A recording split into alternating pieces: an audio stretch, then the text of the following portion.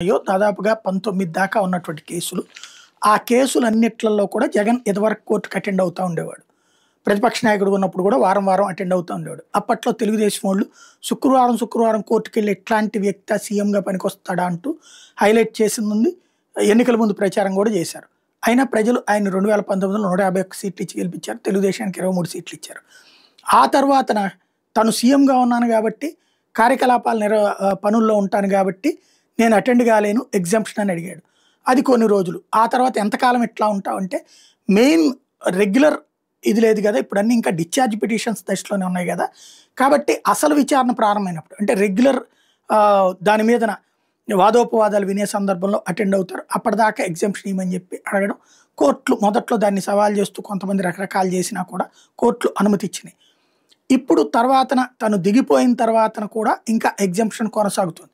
అయితే విదేశాలు వెళ్ళొచ్చాక కోర్టుకి అటెండ్ కావాలి నవంబర్ 14 లోపు అన్నటువంటి మన కోర్టు ఇచ్చినటువంటి ఆదేశం. కాబట్టి ఒకసారి కోర్టుకి అటెండ్ అవ్వాల్సి అయితే ఉంటుంది. మరి అటెండ్ అవుతారా? లేకపోతే మళ్ళీ దాని మీద ఛాలెంజ్ చేస్తారా ఏంటనేది చూడాలి.